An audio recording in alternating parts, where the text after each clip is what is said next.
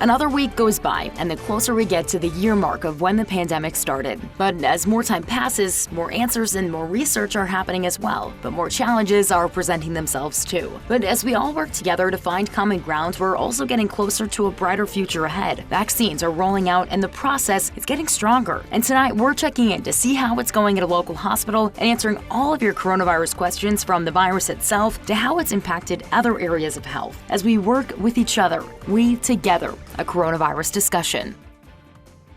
And thank you for joining us tonight for our special I'm Molly Patt. For weeks now, we've been digging in to get answers to all of your coronavirus questions, and the emails keep coming in with dozens of questions week after week. So tonight I'm joined by Dr. Sri Donapudi and Stephanie Sisk, who are both here from Stormont, Vail. And thank you guys for being here with us tonight once again. Before we get to the Q&A though, I want to give an update on where we are standing in Kansas right now on the numbers front. So let's look at the numbers in Kansas. More than 285,000 people in the state have tested positive since the pandemic started. More than 4,000 people in the state have died from the virus, and right now 526 people are in the hospital fighting the virus in Kansas.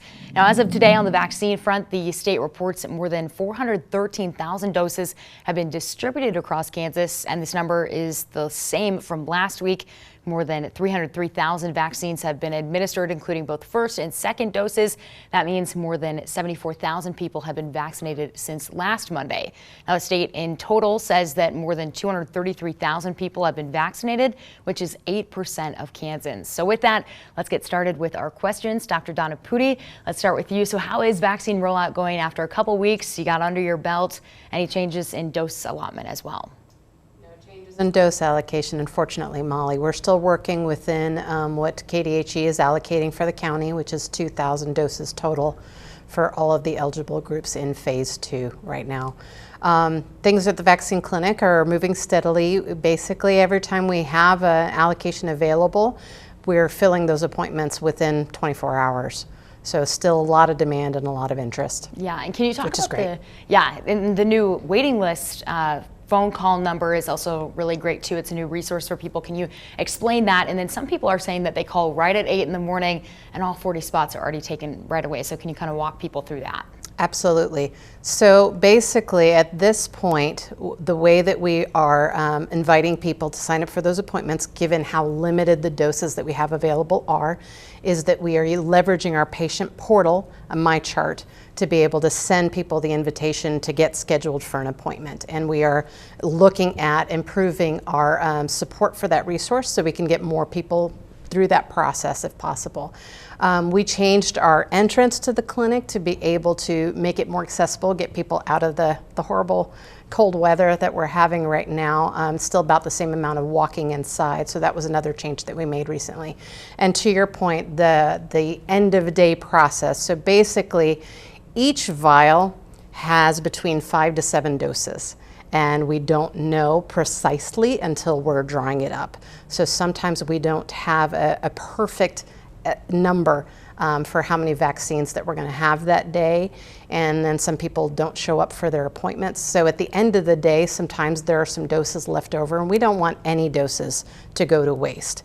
So what we implemented was a change in the previous process that we had, which was getting pretty clunky, and set up this phone line where people can call in the morning, and basically we'll take the first 40 people who call and put them on a list, so that if, depending on how many doses and in the order that they called, depending on how many doses we have left at the end of the day, we'll call people in to make sure none of those doses go to waste. That's still for the 65 and up age group. That's part of phase 2, which is more expansive than the folks that we've issued invitations to so far.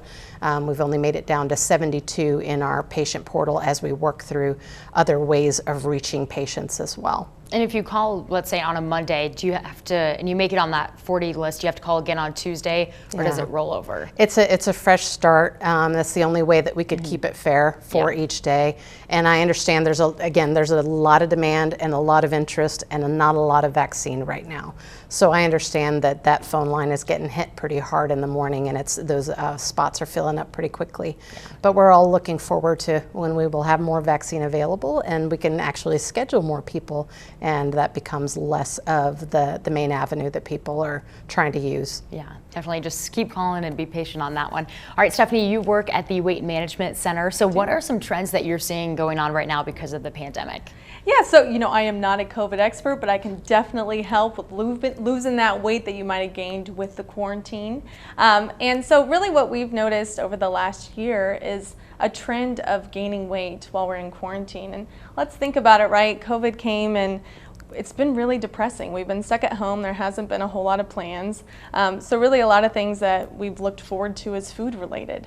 So we have seen some weight regain, and also the schedules of people have really changed. So if you think about going into work every day and you walk from your car into your office, you get up to go to the bathroom, you go and talk to people, you go to your meetings, all that has changed. We are sitting down all day, every day. We do Zoom meetings. I know even for myself, my own practice, we do video visits, so I don't move as much anymore. So that has really played a role as well, and we've seen people overall gaining anywhere from 5 to 30 pounds over the last year, and by no fault of their own. It's just been a change in schedule. And so again, we're trying to just look at, hey, what can we do to make some small changes, get back on track while COVID's ending, hopefully, and improving, right? The summer's coming. It's going to be the summer of vaccine and vacations. Here we go. I like that, vaccine and vacation, the two V's, I love that. Now, also on that note, Stephanie, talk about people, if they've had coronavirus, they're used to an active and healthy lifestyle, for those couple weeks, they can't exercise and whatnot, and then recovering. What do you suggest for those people trying to get back into it? Yeah, so it's all baby steps, right? We don't have to dive back into the gym, and of course, a lot of people aren't even going to the gym. So we don't have to dive back into 30 minutes of doing workout videos or going outside. That's not going to happen either right now. But what we can do is small, simple things, like 10 minutes a day. That's very doable. And one thing that I really focus on with patients is working on increasing their NEAT. It's non-exercise activity thermogenesis. This is the activity that's not planned, so it's not exercise. These are the things I was talking about before. Getting up and moving around. So every hour, if you can, do something to get your heart rate up. Maybe you go do some laundry, maybe you do 10 jumping jacks, do some punches, do a kick, whatever you can do to get your heart rate up, and do it every hour. And that's just a way to remind your metabolism, like, hey, I'm here, we can kind of get going again. And then when you're ready, you feel ready, you're not as fatigued anymore, we can start increasing the activity. Hopefully the sun is shining, and it'll be much easier to get into. Yes. Hopefully the sun will shine. We can all look forward to one day. Yes, one day. It's going to come. All right, Dr. Donapudi, a viewer question now. Jake Mertz says that everything we have read says that there should be 3 to 4 weeks between first and second shot. We are scheduled for 17 days between shots. Is there any concern? So I want you to talk about the time periods in between and then the grace periods as well that the doses have. That's a great question, and you teed it up perfectly for me, Molly. So Pfizer, the interval is 21 days, and for Moderna, it's 28 days. Both of the manufacturers have approved a 4-day grace period before that. So that starts at day 17 for Pfizer and day 24 for Moderna. And both of the manufacturers, as well as the CDC, recommend as close to that prescribed window as you can, so that 21-day or that 28-day. And if you can't then and have to do it after, that's okay too. It does not mean that you need to restart the series, but to basically just get it as soon as you can. The Pfizer study did not include anybody in the study who passed about the 42-day mark, but at this point there's no recommendation for repeating either dose if you're late getting it. So day 17, while that's not the ideal interval, is still approved and safe and considered effective by the manufacturer. And we have modified our process a little bit at the vaccine clinic too to try to be more prescriptive about getting folks to that 21 or 28-day interval as much as possible, and only using that grace period before if people just really can't. They're leaving the country, whatever. Yeah, and don't skip that second dose. That's important Correct. too. Yes, there's a big difference in the effectiveness of protection between getting the 1 dose and getting 2. And really, the data's not solid after just 1 dose, but somewhere in the neighborhood of around 50% protection. So we still do see a lot of people who get COVID between the first and second doses. Yes, very important. So Debbie B wants to know then, Dr. Donapudi, how long after having the virus should you wait before getting the vaccine? And then also talk about, if you have coronavirus and you're recovered from it, should you still go get the vaccine? Yeah, that's a great question. And we do still believe, and the science still demonstrates that there's good response from the vaccine, even if you had a history of infection. We believe that the response from the vaccine, the antibody response to the vaccine, is more robust even than when you had a natural infection. Natural infection, having gotten COVID, they presume, the data presumes that you have some immunity for about 90 days after having had the infection. So you can delay vaccination after that 90-day, till after that 90-day period, since you already still have some protection. But there's no what we call a contraindication. There's nothing that says you can't get it prior to that 90-day period running out, with one caveat. If you've been treated with what we call monoclonal antibodies, basically if you got an IV medication specifically for treating COVID, then if you've had that, you have to wait 90 days. But otherwise, the main restriction is just being out of the isolation period. As long as you're out of the isolation period, you can go ahead and get the vaccine, or if you prefer, you can wait 90 days until after the natural immunity wears off to go ahead. Oh, good. That's good information. I don't think we've heard that before, especially about the infusion. Now, my last question for this little segment, we had somebody ask about the administration fee of the vaccine. Can you explain who will have to pay this and how much it is? Sure. For most insurances, it's around $30. And it helps us offset the costs of, basically all the costs for having to stand up the services at the vaccine clinic. But if you don't have insurance, we don't turn anyone away for their inability to pay or not having insurance coverage.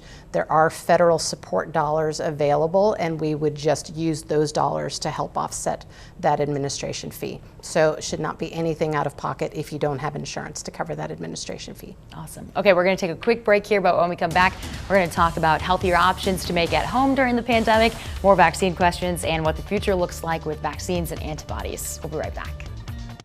We Together, a coronavirus discussion sponsored by Stormont Vail Health.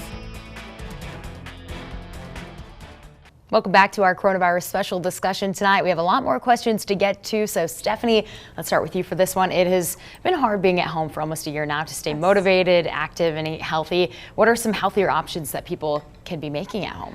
Yeah, so when we're looking at healthy options, what we're really focused on are things that have protein. So protein, basically what it does is it suppresses ghrelin, your hunger hormone, right? So what we're trying to do throughout the entire day is suppress that hunger hormone. So we want to incorporate protein all throughout the day.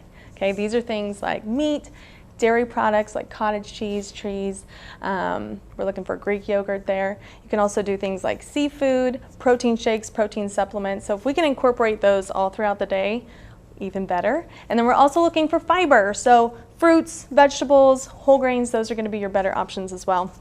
And nuts are going to be your best option for a snack because it has both the fiber and the protein. And just one little handful with a full glass of water is going to definitely keep you full for a longer period of time. Yeah, and can you talk about how important, these habits are? Because we were talking about how obesity, can make coronavirus more severe. It can give you a more severe case of COVID-19. So talk about that. How important this is. Yeah, so obesity, now we know, is one of the biggest risk factors that can make that COVID more severe, land you in the hospital, and that's something that nobody wants. So we really have to focus on our health and preventing us from getting to that point where if we do get COVID, we're going to have a more severe case. Everybody wants that. So it's important to stay active, and that's where I was talking about the NEAT, making sure that you're getting up every hour. Even if you have nothing to do, even if you're just watching TV, get up and move around, move those muscles, and then also eating healthy throughout the day. And you can easily do this by just setting a goal of, hey, I'm going to eat 3 vegetables every day, and I'm going to start out my day with a protein source. And that could be eggs, that could be a protein shake, that could be cottage cheese, whatever you want to do. But even just those 2 things can make a huge difference. On top of that, one of my other big goals is always make sure you're drinking plenty of water. So our goal that we really try to shoot for with our patients, and even for myself, is 5 water bottles a day. This is about 80 ounces. And what that'll do is make you feel full. It's going to give you energy, but also pushes out all that sugar that you might be taking in from juice or soda or other beverages. Awesome. So protein and water. Yes. Two big things. Protein and water. All right, Dr. Donapudi, I have a question that I'm going to circle back to from a few weeks ago, but you know what I'm going to say. So now a viewer has asked something similar to Kathleen Brooks. It says that if you want to give blood, do you need to wait if you have had 1 or 2 of the shots, or can you give no matter if you've had any, all of the shots, or none? And then I'll double down on that question and ask if it applies to donating plasma as well, since that's being used as a treatment for people too. Yeah, I don't know of any prohibition to giving blood with the vaccine. I don't know if you asked me that specific question before, Molly, but I'm not positive on the answer on that one, but I don't know of any prohibition to giving blood. Okay, so Alice Tanking also has a lot of good questions that she sent in to us. She's recovered from coronavirus, and when she tested positive in December, she asks, if I am around somebody that tests positive in the next few months, will I still need to quarantine? Also, can I still spread the virus? You said in December was when she experienced it. So the current guidance from KDHE, we kind of talked about before, that natural immunity after an infection lasts about 90 days. So the current guidance from KDHE is that basically if you're in that first 90 days, especially if you've been vaccinated, that first 90 days after the second vaccine, that you do not need to quarantine. The natural immunity may protect you after a natural infection in terms of quarantine, but that doesn't mean that you wouldn't necessarily carry that infection to others if you were exposed to someone else. So it's probably still advisable to kind of follow the quarantine advice for after a natural infection. And still wear the mask as well. People are asking absolutely, yes, that would be the safest course. And Dr. Donapudi, Rebecca had a few good questions that she sent in to us as well. So here's our first one. Can you get COVID-19 more than once, even after you receive the vaccine? So great question. You can get COVID-19 more than once. So I can answer that one off the top. After you receive the vaccine, so nothing is 100% effective, right? So even with the really high efficacy that we have with Pfizer and Moderna, both around the 95% range, there is still that 5% chance that you can get COVID even after being vaccinated. So that potential is there. But both of the vaccines, as well as the Johnson & Johnson one that's coming, showed very good protection, almost 100% protection against severe disease, hospitalization, or death. So though you can actually get the infection, it should not be to the same degree, the same level of risk, or the same severity. Okay, so her next question, do you think there will be vaccines available by phase 5? And do you see that the time frame of June being extended due to low or no vaccines available? And we know that the governor and other states across the country are saying that just the vaccine shortage is a huge issue. So what's your input about the timeline that people are really looking for about vaccines? Yeah, the shortage is a huge issue, and the size of our allocations, if they stayed the same, we're going to be in phase 2 for quite a while with all of the eligible people in phase 2. Across the state of Kansas, that's 1 million people. So for Shawnee County, at 2,000 doses a week with 60,000 people in that phase 2 eligible population, you can see that would project to take quite a while. Now, I think we're all hopeful to see increased doses and increased vaccine available to all of us across the state and across the country. And I know that Johnson & Johnson is the newest kind of vaccine that has submitted for their emergency use authorization, and that's going to be reviewed towards the end of February, and hopefully, if that's approved, that supply will start to be put out as well. So I think we're all hopeful that it doesn't stay where it is now. All right, we're going to take another quick break here, but we will be right back with some more questions for both Stephanie and Dr. Donapudi. Don't go anywhere. We'll be right back. We Together, a coronavirus discussion sponsored by Stormont Vail Health. And we're back for our final few minutes in tonight's coronavirus special. So Stephanie, last week we had Dr. Brian on talking about telehealth. Is weight management something that you guys are doing with telehealth appointments? Oh my gosh, absolutely.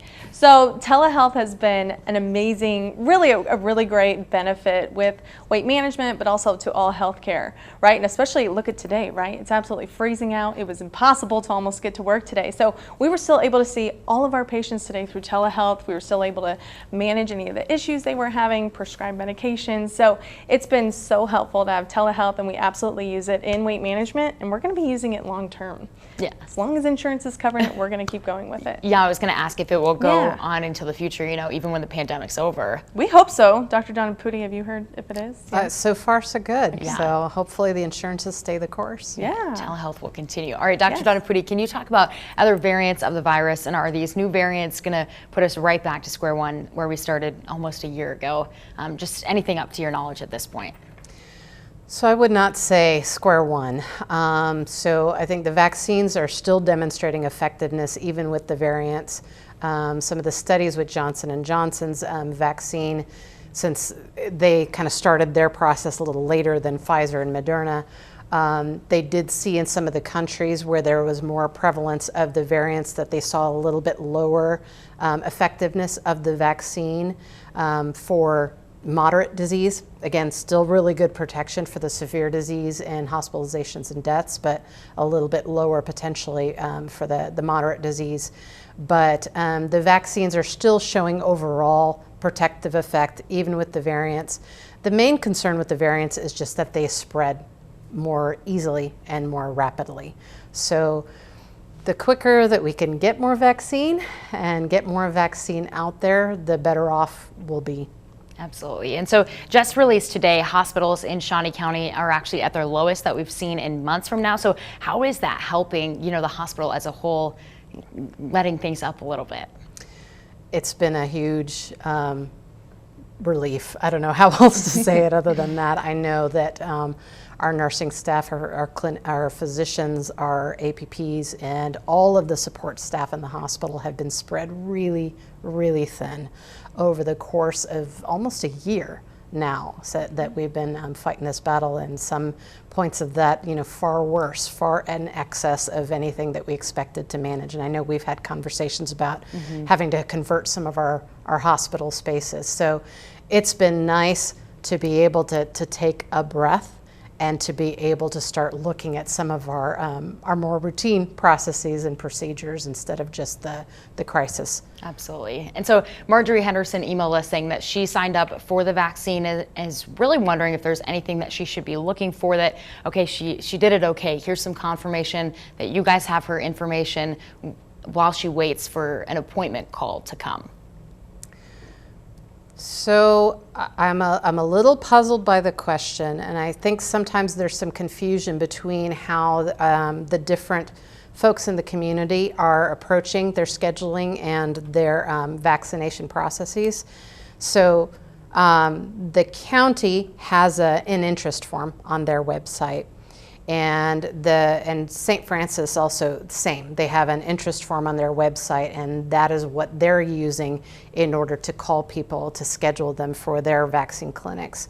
We don't have an interest form on our website because basically we're using the records that we already have in our electronic medical record to reach out to people through the patient portal to give them an invitation or a scheduling, we call them scheduling tickets, so that they can just pop right into the schedule and choose an appointment once any vaccine appointments are made available. So there's not really a process, at least specific to Stormont Vail, that she would have completed something and be waiting for a call that I can think of. Okay. And so for people in this group that maybe, you know, aren't very good with the computer or the phone, what are some options for them on that front? Understood, and we are very aware of that. We're not trying to be insensitive to anybody. You know, again, we have 30-some thousand people who are 65 plus in the community, and we have 2,000 vaccines total a week. So we couldn't extend it to everybody who's eligible at the outset, even if we wanted to. So what we did is we started with the oldest patients first, in MyChart because we had an easy way of reaching those folks and facilitating their scheduling. And as I mentioned before, those folks have been filling those appointments within 24 hours.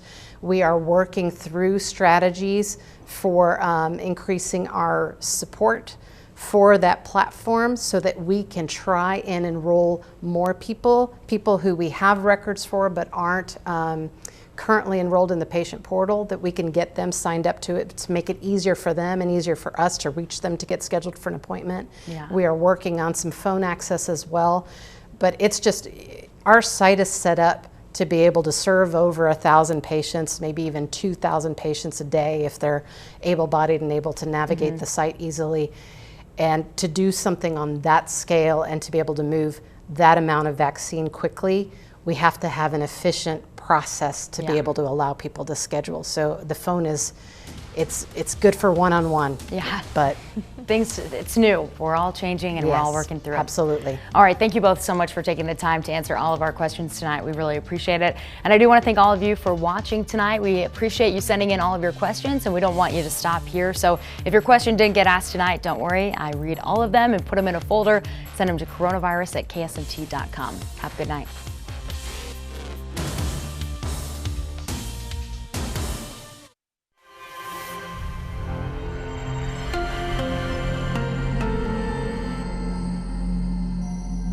COVID-19. Will I get it? Will I survive? COVID is scary, but there's one place you should always feel safe. At Stormont Vail Health, our hospital and clinics are taking every precaution to make sure you can still receive your routine and elective health care quickly and safely. Our emergency department with a level 2 trauma center is still the best place for emergent care. COVID-19 is scary, but receiving your health care shouldn't be. So that rash or spot you said I should keep an eye on, it's definitely getting worse. Okay, let's take a look. Ew. There's definitely some swelling. Is it warm to the touch? Yeah, it's pretty warm. Okay, well let's try a prescription ointment. Is that a Justin Bieber tattoo? Okay, gotta go bye. Stormont Vail now offers virtual care, so you can talk to your doctor almost anywhere. Download the MyChart app to get started today.